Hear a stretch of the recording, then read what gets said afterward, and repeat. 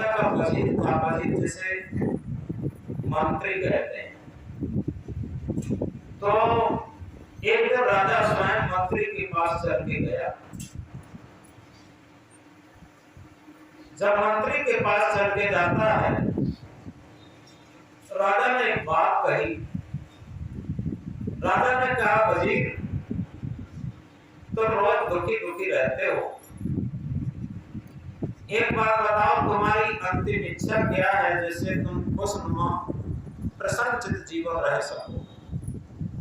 तुम अपनी अंतिम इच्छा बताओ। वजीर ने कहा, मंत्री ने कहा कि राजन, हमारी इच्छा कैसे पूर्ति हो सकती? राजा ने कहा, नहीं, आप कतई इस बात की चिंता न करें। आप मजबूती से अपनी इच्छा बताएं, अंतिम इच्छा बताएं, और हम आपकी अंतिम इच्छा पूर्ति करेंगे। राजा थोड़ा जब कहता है तो मंत्री के अंदर थोड़ा ये जलता है, ये कहता तो है लेकिन पूर्ति नहीं करेगा। मंत्री ने कहा कि राजा साहब, हमारी इच्छा पूर्ति नहीं हो पाएगी। हम खुश तो बहुत दुनिया के सबसे खुशनुमा आदमी हो सकते हैं, सबसे प्रसन्नचित्त आदमी हो सकते हैं, अगर आपकी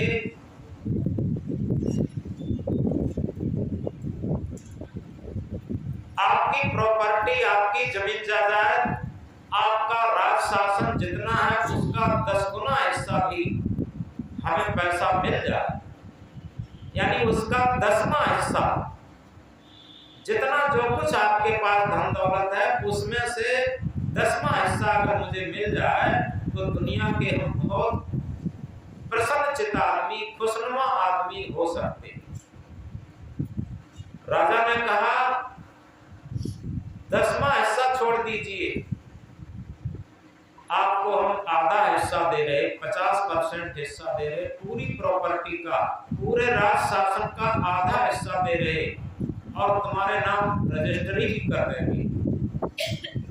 लेकिन एक शर्त है, तुम्हें हमारे 3 प्रश्नों का उत्तर देना होगा, और उन 3 प्रश्नों का उत्तर न दे सके तो हमारे सिपाही तुम्हारे सिर को धड़ से अलग कर देंगे, तलवार से तुम्हारे धड़ से सर उड़ा देंगे, इस बात का ध्यान रखना। और 3 प्रश्नों का उत्तर दे दिए तो अपनी पूरी प्रॉपर्टी का, पूरे राज्य शासन का आधा हिस्सा तुम्हारे नाम हम रजिस्ट्री कर देंगे, और आज ही हम कागज खरीद लाएंगे। अब मंत्री को बहुत चिंता हो गई, ये तो बहुत उलझन हो गई। हमने स्वयं ही अपने पांव में कुल्हाड़ी मार ली कि हमने राजा से उसकी प्रॉपर्टी का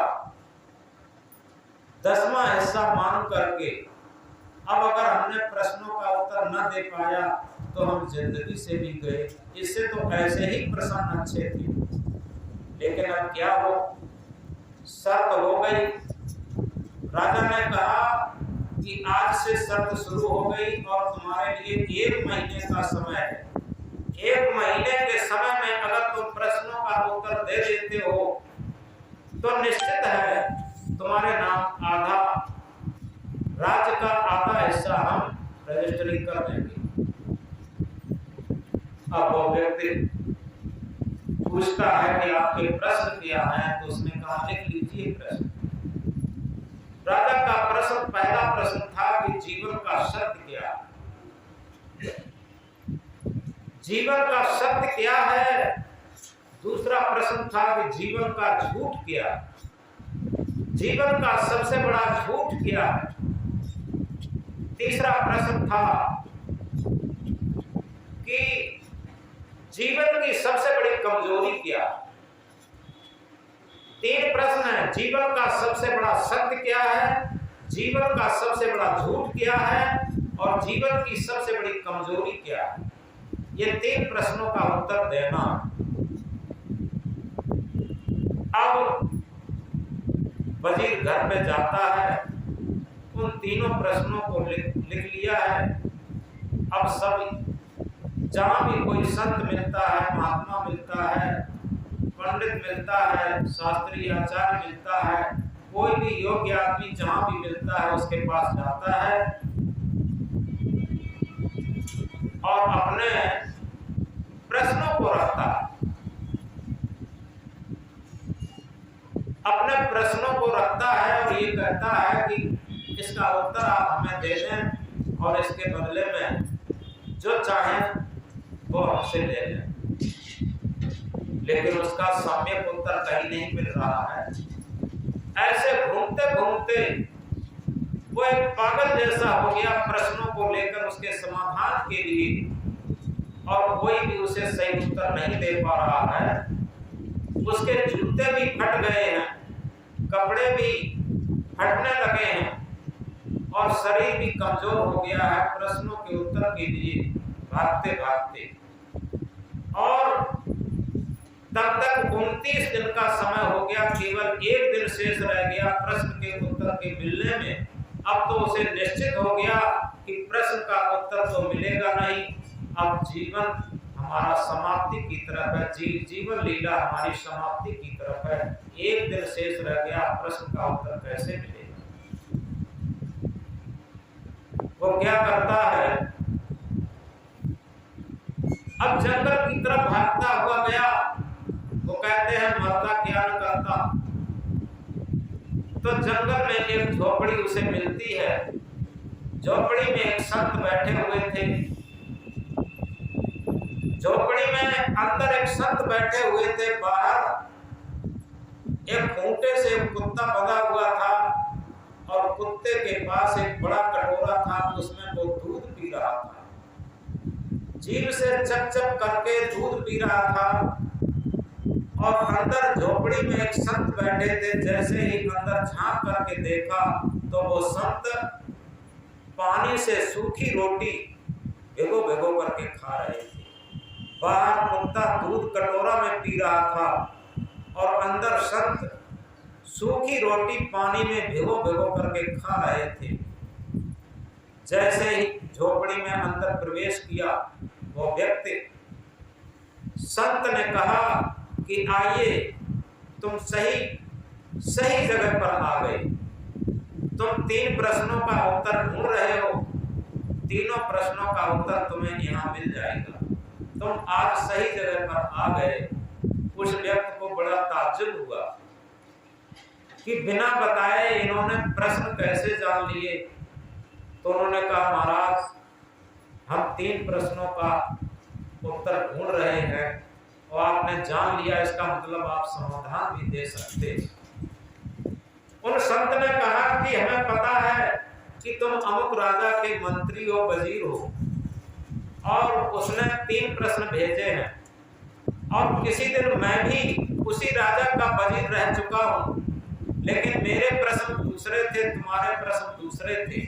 और जब मेरे प्रश्नों का हल का समय आया था और मेरे लिए भी उसने आधी जमीन, आधी प्रॉपर्टी के कागजात इकट्ठे कर लिए थे रजिस्ट्री कराने के लिए, लेकिन मैंने उन सारे कागजातों को फाड़ दिया था, फाड़ के फेंक दिया था और वहां से हम चले आए थे इस जंगल में, अपने भजन भक्ति में लगे हुए।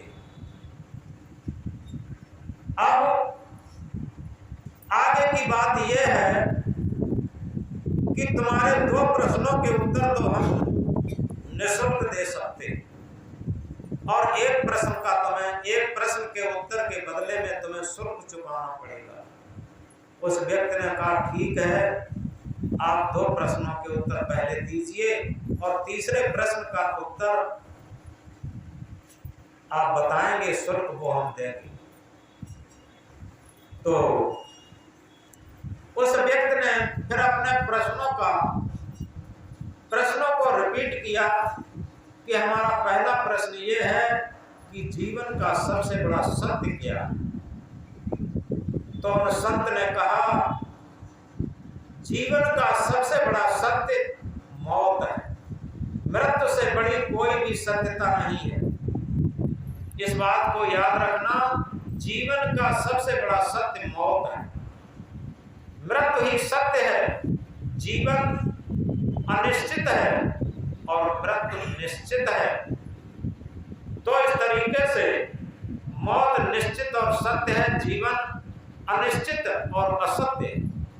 और इसीलिए कहीं कहा है, जीवन कहिए झूठ सो मरना साच है, देखत सोना लगे सकल जग कांच है। यानी जीवन कहिए झूठ, मरना साच है। ये जीवन तो झूठा, ये तो खेल खिलौना है, बाल बच्चों जैसा। जैसे इसी बीच में एक बात आती है, एक जगह कुछ बच्चे खेल खेल में घर घर खेल रहे थे। कुछ लोगों ने खेला है, कुछ लोगों ने देखा होगा, कुछ लोगों ने सुना होगा। जब गांव में बच्चे मिट्टी में घर घर खेलते हैं तो मिट्टी का घर बना लेते हैं, और कहीं से पत्ते ला करके पूड़ी बना लेते हैं, और गीली मिट्टी ला करके, बालू ला करके लड्डू बना लेते हैं। फिर घर में पंगत लगाते हैं, लड्डू साहब पूड़ी साहब, लड्डू साहब पूड़ी साहब। और ये सब करते करते जब उन्हें खेल बंद करना होता है तो घर घर सब लिप्पा करके भाग जाते हैं। ऐसे ही एक लड़का भाग के गया अपनी मम्मी के पास और ये कहा कि मम्मी जल्दी से भोजन लाओ, मुझे बहुत तेज भूख लगी है। मम्मी ने क्या कहा? मम्मी ने कहा बेटा अभी तो तुम लड्डू पूड़ी खा रहे थे, सब लोग अब कहते हो भूख लगी है। बेटा कहता है कि मम्मी वो तो सब झूठ मार था, हमें सच्ची भूख अब लगी है, सच्चा भोजन दो। तो जब मम्मी के पास जाता है तब उसे सच्चा भोजन मिलता है।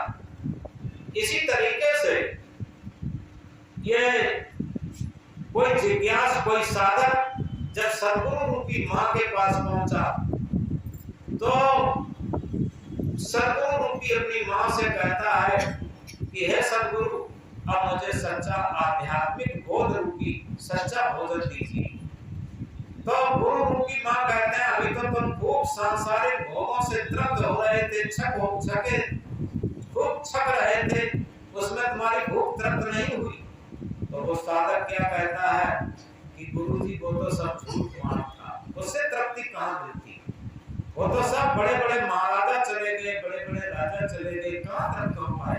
हमें सच्चा भोजन चाहिए, और वो भोजन चाहिए जिससे कि हम अनंत जीवन से जो प्यासे चले आ रहे हैं, भूखे चले आ रहे हैं, वो प्यास और भूख मेरी शांत हो। तो सच्चा भोजन आध्यात्मिक भोजन है। तो इसी तरीके से जीवन कहिए झूठ सो मरना साच है, देखत सोना लगे सकल जग कांच है। ये सारा संसार देखते में सोना लग रहा है, लेकिन कांच के समान है। कांच जानते हैं कैसा होता? जरा सा धक्का लगा बस चटक गया। इसी तरीके से संसार के सारे रिश्ते नाते जो कुछ भी हैं वो कांच के समान होते हैं। हम 50 काम चलाते रहें, 50 स्वार्थ चलाते रहें, और कहीं पर एक स्वार्थ ना चला पाए, एक काम ना चला पाए, तो वो रिश्ता टूट जाता है, दरक जाता है, चटक जाता है, वो चलता नहीं है। क्योंकि स्वार्थी संसार में ऐसा ही होता, जब तक हम किसी का स्वार्थ चलाते रहते हैं वो हमें मानता रहता। अब जब स्वार्थ चलाना बंद हो गए तभी तो क्या होता है, घर में देखा ना, आज बड़े बूढ़े चाहे वो कितने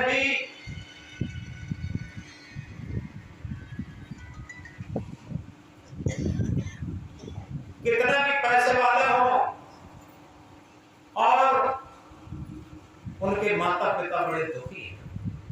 माता पिता वृद्धा आश्रम में है, वो पैसा भर देते हैं, वृद्धा आश्रम में छोड़ आते हैं। ये क्या है? ये सब स्वार्थ का संसार है। याद रखें, वही आप भी माताएं भजन गा रही थी कि बेटा तो पड़ोसी दाखिल हो जाता, ये माताओं ने कहा था। तो इस तरीके से वहीं पर पहुंचे। उन संत ने कहा जीवन का सबसे बड़ा सत्य हमारी मृत्यु है। और मृत्यु किसकी होती? शरीर की होती, आत्मा की नहीं होती। आत्मा अजर अमर अविनाशी है और इस शरीर की मौत होती। जितना संसार का शरीर से लेकर प्राणी पदार्थ से लेकर जितना भी तामझाम है, उससे छुटकारा ही मौत होती है। तो इस तरीके से दुनिया की, क्योंकि उसी टाइम सत्य नजर आता, मौत के समय ही सत्य नजर आता। जो सत्य था वो तो चला गया, अब क्या, अब तो मिट्टी रह गई, कुछ नहीं। सारी चीज मिट्टी, सोना मिट्टी, चांदी मिट्टी, मकान महल मिट्टी, सब कुछ मिट्टी। किसके बिना? उस सत्य आत्मा के बिना। तो इस तरीके से महात्मा ने कहा दुनिया का सबसे बड़ा सत्य है मौत। दूसरा प्रश्न था कि दुनिया में सबसे बड़ा झूठ क्या है? झूठ क्या है? शरीर से लेकर संसार तक जो कुछ भी पसारा है, जिससे हम संबंध मानते हैं, जिसे हम अपना मानते हैं, अपना जानते हैं, वो सब झूठा। झूठा यह संसार लागता आए के, चले जुआ में हार मनुज तर पाए के। देखत सोना लगे सकल जग कांच है, जीवन कहिए झूठ सो मरना साँच। देखत सोना लगे सकल जग कांच है, जो भी बताया था। यानी ये सारा शरीर से लेकर संसार तक मन का माना हुआ जो कुछ भी है वो सब झूठ है, प्रतिक्षण झूठ लग रहा। आप देखें, कोई बच्चा जब छोटा होता है और इसके बाद जब 1 वर्ष का, 2 वर्ष का, 5 वर्ष का हो जाता, माता पिता कहते हैं मेरा बेटा 5 वर्ष का हो गया। लेकिन अगर सही तरीके से देखा जाए, जितनी उसकी उम्र है उसमें से 5 वर्ष वो छोटा हो गया। कहाँ 5 वर्ष का बड़ा हो गया, वो तो छोटा हो गया। इसी तरीके से क्या कहते हैं, कोई 80 वर्ष का हो गया तो क्या कहते हैं, हम तो बहुत बड़े हैं, दुनिया अपने गांव में सबसे बड़े हम ही हैं। लेकिन ये नहीं पता कि अब तो बिल्कुल मृत्यु के कगार पर आ गए, सबसे छोटे हैं। जो आज बच्चा जन्म लिया उसकी पूरी उम्र है वो बड़ा। तो इस तरीके से ये जितना व्यामोह है वो सब झूठा। इसी का तो मोह है कि हमारे पास ये मकान है, महल है, इतना धन है, इतनी दौलत है, इतना पद है, इतनी प्रतिष्ठा है, इतना सारा का सारा जो इतना इतना कहकर के गिनाते हैं वो सब झूठ है। ये जीवन का सबसे बड़ा झूठ है। और तीसरा प्रश्न है, जीवन में सबसे बड़ी कमजोरी क्या? तो शर्त ने कहा इसका तो भाई शुल्क देना पड़ेगा। तो उस वजीर ने कहा कि आप बताइए क्या शुल्क देना पड़ेगा? तो संत ने कहा कि जो झोपड़ी के बाहर हमारा कुत्ता बड़े कटोरे में दूध पी रहा था, उसने आधा दूध पी लिया, आधा छोड़ दिया है, तो कुत्ते का झूठा दूध आपको पीना पड़ेगा इस प्रश्न के उत्तर के बदले। अब क्या करें? उसी दिन उसका मृत्यु की क्यों 1 दिन शेष रह गया है, अगर प्रश्न का उत्तर नहीं दे पाएगा उसके धड़ से संकल्प हो जाएगा। तो कहते हैं माता ज्ञान करता। तो इसी तरीके से उसने कहा ठीक है, मैं झूठा कुत्ते का झूठा दूध पी लूंगा। उसने तुरंत कुत्ते का झूठा दूध उठाया कटोरा और तुरंत मुंह से लगा के पी लिया।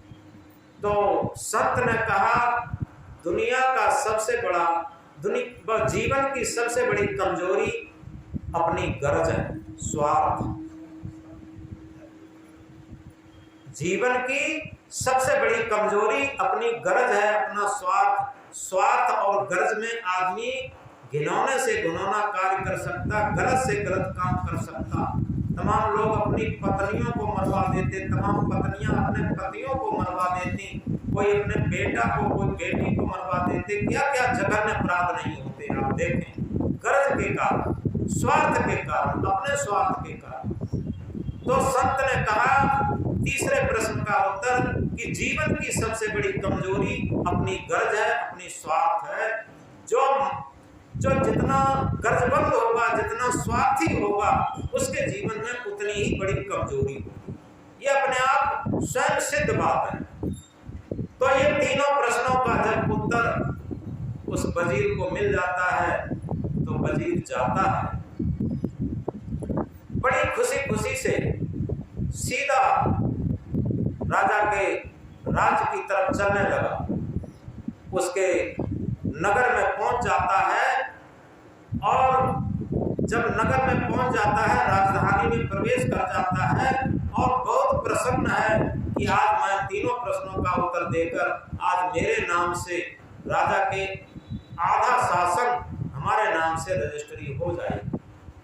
लेकिन क्या होता है, राजगद्दी थोड़ी ही दूर रह गई, राज दरबार थोड़ा ही दूर रह गया, करीब 500 फुट दूर रह गया होगा। तब तक क्या होता है, उसे विशेष कमजोरी महसूस होने लगी। कमजोरी की वजह से वो बैठ जाता है। बैठ करके उसे झांव जैसा आ जाता है, वो लेट जाता है और जैसे ही लेट जाता है वैसे उसके प्राण पखेरु उड़ जाते, खत्म हो जाते। आप लोग सब सोचते होंगे किसी राजा की, किसी वजीर की कहानी चल रही है, ऐसा कुछ नहीं। इसका वास्तविक सिद्धांत यही है कि हमारे जीवन की कथा यही रहती। हम इन्हीं 3 प्रश्नों में उलझे रहते पूरे जीवन। इस बात को गहराई से समझें। पूरे जीवन हम ये सोचते रहते हैं जीवन का सत्य मुझे मिल जाए, लेकिन जीवन का सत्य किसी को मिल नहीं पाता क्योंकि वो उल्टी तरफ ढूंढ रहा। जीवन का सत्य संसार में है ही नहीं।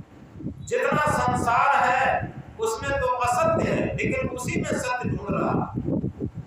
और जीवन का झूठ वो जिसे जान नहीं पाता, मान नहीं पाता, क्योंकि जीवन का झूठ जिसे हम अपना मानते हैं, मोह करते हैं, आसक्ति करते हैं, जिससे ज्यादा लगाव करते हैं, वही जीवन का सबसे बड़ा झूठ होगा। याद रखें, ये अपने आप सिद्ध है। आप ये देख लें कि जिससे बहुत ज्यादा मोह किया होगा, जिससे बहुत ज्यादा आसक्ति की होगी, जिसके बिना हमें रहा नहीं गया होगा, बाद में वहीं से धोखा मिलना शुरू हो जाता है, वहीं से प्रतिकूलता मिलना शुरू हो जाती है। सबके दिल टूटने लगते हैं, बहुत दुख होने लगता है। क्या है? तब क्यों टूटता है दिल? क्योंकि हमने झूठ से प्रेम किया। ये अपने आप है, क्योंकि सच्चाई मिल ही नहीं पाती। और तीसरी बात यह है कि जितना हमने जीवन में गर्जी जीवन बनाया, सतगुरु कबीर साहब बीजक में क्या कहते हैं, दिल का मरियम कोई न मिलिया, जो मिलिया सो गर्जी। और कहें कबीर आसमान फाटे क्यों कर सीवे दर्जी। दिल का मरियम कोई न मिलिया, यानी दिल की बात सुनने वाला और दिल से बात कहने वाला कोई नहीं मिला। जो मिलिया सो गर्जी, जो मिला वही गर्जी आदमी मिला, यानी स्वार्थी आदमी मिला। कहें कबीर आसमान फाटे क्यों कर सीवे दर्जी। अगर आसमान ही फट जाए, अब क्या दर्जी सिल सकता है? कबीर साहब ने कितना बेग कसा। अरे सबसे बड़ी चीज आसमान क्या है, यानी हमारा हृदय ही फट जाए। अब कोई बाहर का दर्जी कैसे सिल सकता? और हृदय कब फटता है? जब हम किसी की गर्ज की पूर्ति करते रहते, उससे मोह आसक्ति बनाते रहते, और वो गर्जी जब बदल जाता है तो हमारे हृदय का आकाश फट जाता है। याद रखें, अब दुनिया में कोई दर्जी ऐसा नहीं पैदा हुआ जो उसे सिल सके। कबीर साहब व्यक्त करके कहते हैं, दिल का मरियम कोई न मिलिया, जो मिलिया सो गर्जी। और कहे कबीर आसमान फाटे क्यों कर सीवे दर्जी। इसीलिए सदगुरु क्या कहते हैं, जब तक दिल पर दिल नहीं तब तक सब सुख ना। हर बात में हम इस बात को गहराई से समझें। अगर वास्तव में दिल का कोई मरियम मिल जाए, दिल पर दिल रख कर के बात करने को मिल जाए, यानी आत्मा के तल पर हृदय के तराजू पर ताल कर व्यवहार करने वाला मिल जाए, तो निश्चित समझो ये आदमी नहीं, ये तो देवता है। ये तो पूरा जैसे भगवान कहते हैं, वैसे लोग भगवान का भी अर्थ बदल दिया। भगवान को क्या समझते हैं, कहीं पर ऐसा भगवान बैठा होगा जो सबको संचालित करता होगा, ऐसा भगवान कहीं नहीं। भगवान का सच्चा अर्थ है प्रकृति। देखो आज भगवान का सच्चा अर्थ हम बता दें, कुछ लोग तो बताया होगा, जानते भी होंगे, कुछ लोग भूल गए होंगे।